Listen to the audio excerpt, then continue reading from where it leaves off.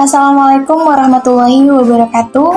Perkenalkan kami dari kelompok 2. Di sini kami ingin mempresentasikan hasil diskusi kami mengenai proses rekrutmen dan seleksi.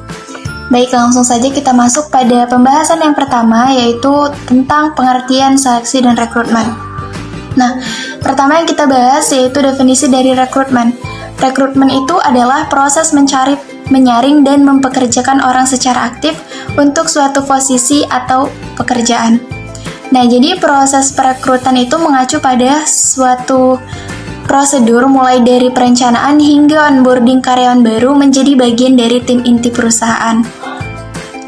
Istilah perekrutmen itu berkaitan dengan prosedur yang meliputi identifikasi calon kandidat, penyaringan, wawancara, pelatihan, dan penempatan.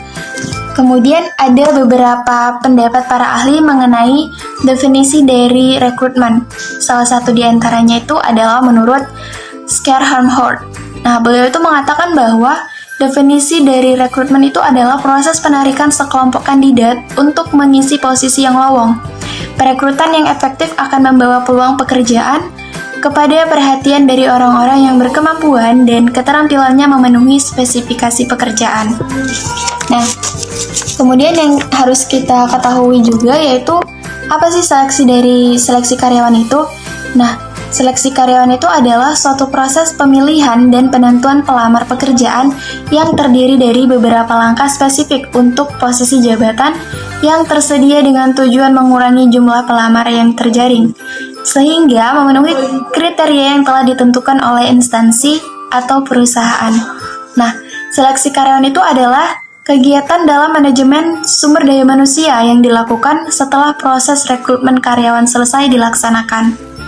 Jadi, seleksi karyawan itu digunakan untuk memutuskan apakah si pelamar itu diterima atau tidak sesuai dengan kualifikasi yang ada dalam uraian jabatan. Nah, kemudian pembahasan yang selanjutnya adalah mengenai tujuan rekrutmen dan seleksi. Jadi tujuan utama dari proses dari rekrutmen dan seleksi itu adalah untuk mendapatkan orang yang tepat bagi suatu jabatan tertentu sehingga orang tersebut itu mampu bekerja secara optimal dan dapat bertahan di perusahaan untuk waktu yang lama. Jadi meskipun tujuan dari rekrutmen dan seleksi itu sangat sederhana, namun proses tersebut itu ternyata sangat kompleks, memakan waktu yang cukup lama dan biaya yang tidak sedikit.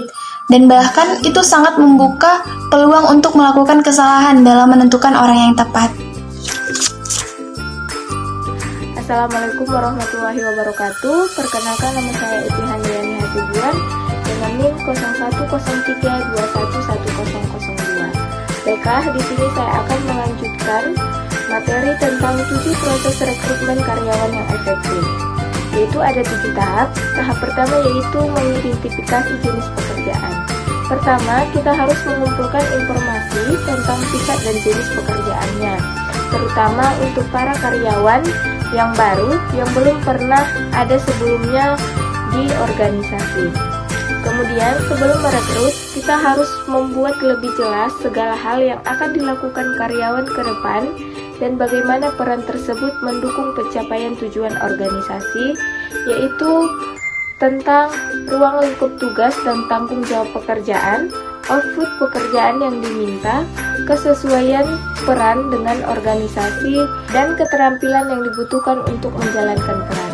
Tahap kedua yaitu membuat deskripsi pekerjaan, di mana merupakan tahapan rekrutmen yang penting, di mana kita harus menguraikan gambaran pekerjaan dan kriteria yang diperlukan untuk seleksi kandidat. Kita juga perlu mengidentifikasi kompetensi yang dibutuhkan untuk menjalankan peran yang kita cari, termasuk keterampilan, bakat, pengetahuan, dan pengalaman. Dan juga kualifikasi yang diperlukan untuk melakukan pekerjaan, kecuali kandidat direkrut berdasarkan potensi masa depan seperti kemampuan untuk bekerja dalam tim, kepemimpinan, dan komunikasi. Tahap ketiga yaitu mencari kandidat. Mencari kandidat dapat dilakukan dengan 2 metode, yaitu pencarian internal dan eksternal. Metode internal meliputi referensi dari staf, perencanaan suksesi, dan perekrutan sekunder.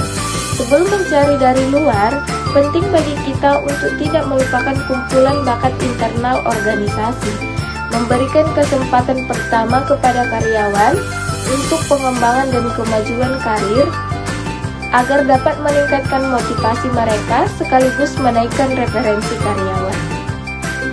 Sedangkan metode eksternal memberikan banyak pilihan talent dari luar organisasi, yaitu kita dapat menarik mereka melalui rekrutmen online, iklan media, dan jaringan.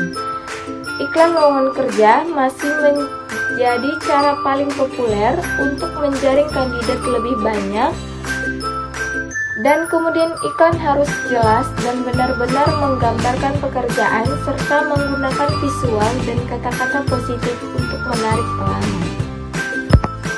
Tahap keempat yaitu mengelola aplikasi. Ada dua format utama aplikasi yang bisa digunakan untuk screening awal oleh HR, yaitu CV atau resume dan formulir lamaran kerja. Keduanya bisa dalam bentuk fisik kertas atau file elektronik. Formulir aplikasi merupakan cara mengumpulkan dan menyusun informasi pelamar dalam format yang konsisten. Dengan data yang sistematis, rekruter lebih mudah dalam penilaian secara objektif mengenai kesesuaian kandidat dengan jenis pekerjaan yang dibutuhkan. Sedangkan CV atau resume dibuat tanpa format yang konsisten. Setiap pelamar punya cara sendiri menulis CV dan tidak memiliki batasan dalam memasukkan informasi. Seringnya, beberapa kandidat menyertakan materi yang tidak relevan, sehingga membuat penilaian lebih sulit dibandingkan penilaian pada form aplikasi. Tahap kelima yaitu memilih kandidat. Memilih kandidat melibatkan dua proses utama, yakni sortising dan penilaian pelamar untuk memutuskan siapa yang akan diberi tawaran pekerjaan. Sortising sangat tergantung pada jumlah kandidat. Saat memutuskan siapa yang akan dipilih, Anda dapat membuat daftar kriteria menggunakan spesifikasi pekerjaan dan profil karyawan. Setiap aplikasi kemudian dinilai sesuai standar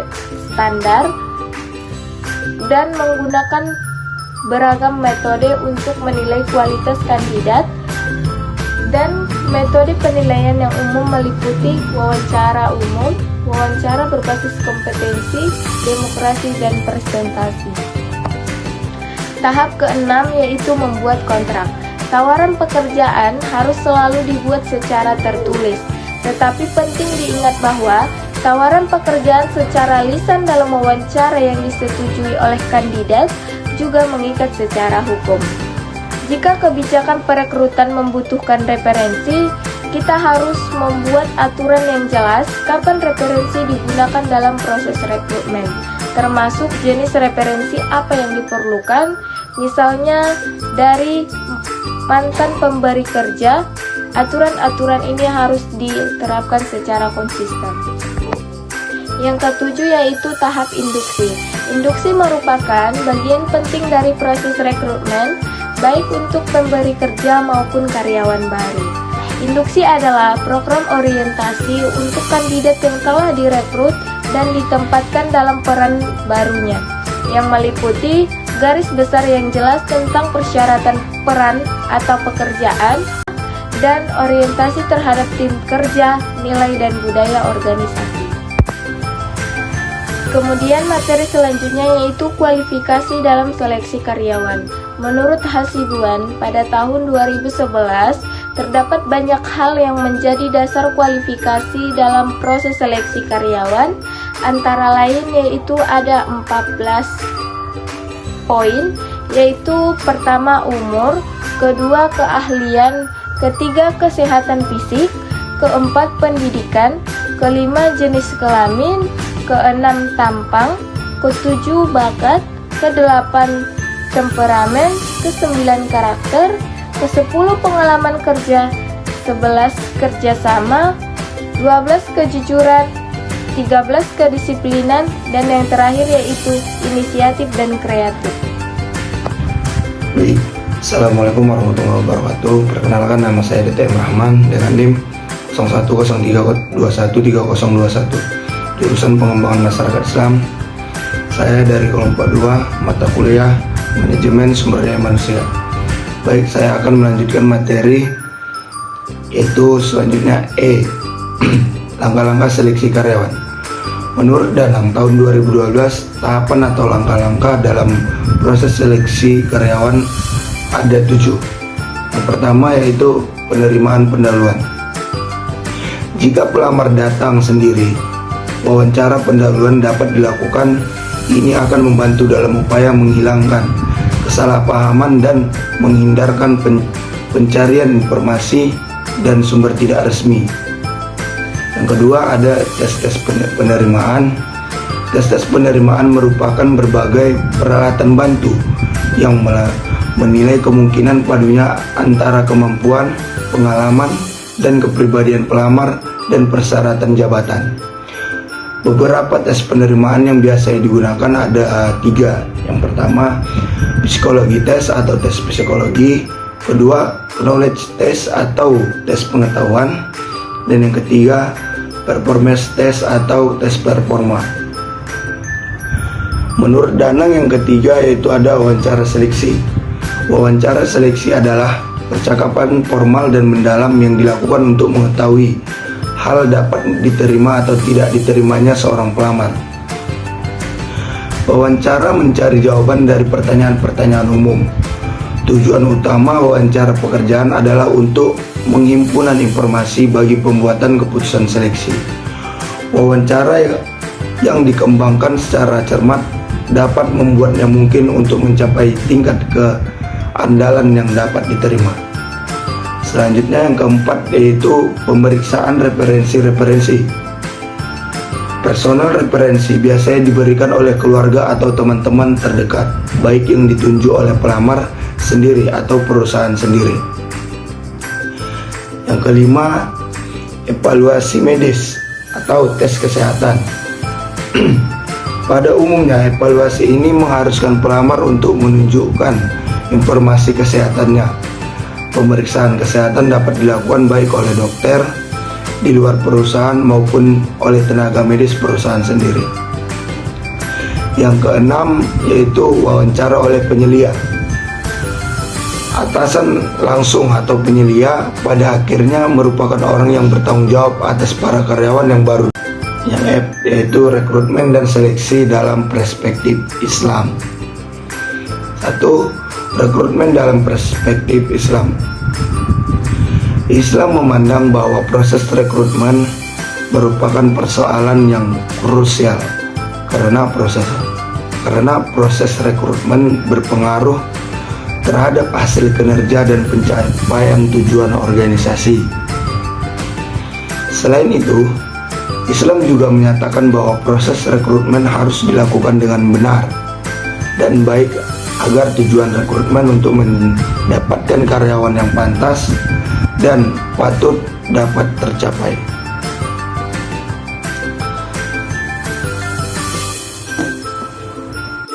Pembahasan selanjutnya adalah tentang rekrutmen dan seleksi dalam perspektif Islam. Yang pertama kita akan membahas tentang rekrutmen dalam perspektif Islam. Islam memandang bahwa proses rekrutmen merupakan persoalan yang krusial karena proses rekrutmen berpengaruh terhadap hasil kinerja dan pencapaian tujuan organisasi. Selain itu, Islam juga menyatakan bahwa proses rekrutmen harus dilakukan dengan benar dan baik agar tujuan rekrutmen untuk mendapatkan karyawan yang pantas dan patut dapat tercapai. Hal ini ditegaskan dalam Al-Quran Surah Al-Qasas ayat 26 yang menerangkan bahwa karyawan yang dipekerjakan adalah karyawan yang kuat. Pada zaman Nabi, karyawan yang direkrut adalah untuk panglima perang. Kekuatan di sini maksudnya merekrut orang yang kuat untuk berperang, memiliki fisik yang tangguh sehingga mampu melaksanakan tugas sebagai panglima perang dengan baik. Sedangkan kuat pada saat ini diartikan sebagai orang yang memiliki fisik sehat jasmani dan rohani. Karena dengan fisik yang kuat, karyawan dapat melaksanakan tugas dengan baik sehingga dapat dipertanggungjawabkan. Implementasi ayat di atas pada masa sekarang yaitu dengan adanya syarat memiliki badan sehat jasmani dan rohani bagi pelamar yang dibuktikan dengan surat keterangan dari dokter ataupun rumah sakit pemerintah. Syarat ini sudah menjadi hal yang tidak bisa ditinggalkan dalam proses rekrutmen. Syarat ini juga harus menjadi keharusan di semua bidang pekerjaan. Hampir semua organisasi sudah menjadikan syarat ini sebagai syarat yang mutlak. Selain itu, ayat di atas juga menerangkan bahwa karyawan yang diterima adalah karyawan yang dapat dipercaya juga amanah. Kemudian kita akan membahas tentang seleksi dalam perspektif Islam. Seleksi dalam pandangan Islam harus dilakukan berdasarkan kepatutan dan kelayakan. Hal ini sesuai dengan hadis Rasulullah yang artinya barang siapa yang mempekerjakan orang karena ada unsur nepotisme, padahal di sana terdapat orang yang lebih baik daripada orang tersebut, maka ia telah mengkhianati amanah yang diberikan Allah, Rasulnya, juga kaum muslimin. Dan juga hadis yang artinya barang siapa mempekerjakan satu orang di antara 10 orang dan ia tahu bahwa di antara mereka terdapat yang lebih utama, yang lebih patut dan layak, maka ia telah mengkhianati Allah, Rasulnya, dan kaum muslimin. Petikan hadis di atas dapat ditarik kesimpulan bahwa proses seleksi harus dilakukan dengan kejujuran, tidak mengutamakan orangnya, tapi yang dilihat yaitu bagaimana kemampuan, keahlian, dan kelayakan sesuai dengan posisi lowongan tersebut. Karena itulah proses seleksi diadakan, yaitu untuk melihat kemampuan, keahlian, sehingga terlihat siapa yang layak dan pantas diangkat menjadi karyawan.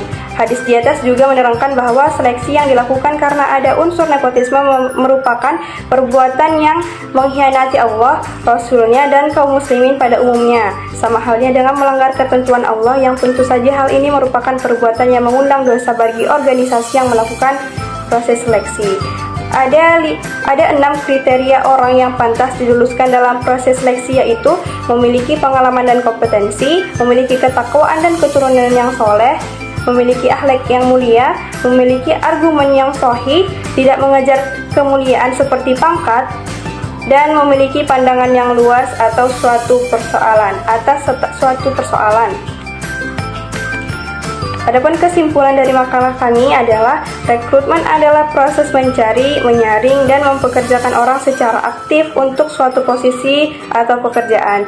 Proses perekrutan mengacu pada seluruh prosedur mulai dari perencanaan hingga onboarding karyawan baru menjadi bagian dari tim perusahaan. Seleksi karyawan merupakan suatu kegiatan pemilihan yang cermat sesuai kriteria yang paling cocok untuk posisi tersebut di dalam sebuah organisasi. Seleksi karyawan bertujuan untuk mendapatkan tenaga kerja yang memenuhi syarat dan memiliki kualifikasi yang sesuai dengan deskripsi pekerjaan yang ada atau sesuai dengan kebutuhan organisasi ataupun perusahaan. Demikian presentasi dari kelompok 2. Mohon maaf bila ada yang salah. Wassalamualaikum warahmatullahi wabarakatuh.